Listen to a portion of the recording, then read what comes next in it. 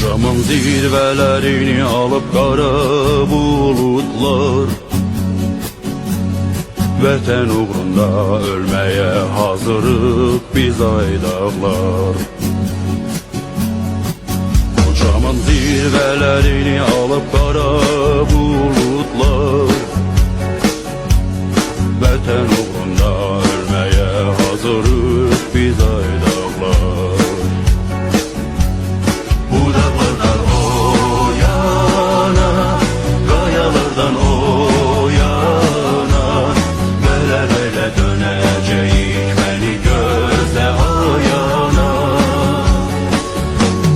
Dik çökərəm qarşında, ölərəm mən yolunda, dərədəsiz dönmərəm, məni gözlə ayana. Yaralı əskər dostunu çinində daşıyanlar, gözyaşları gözlerinde ebedi kuruyanlar.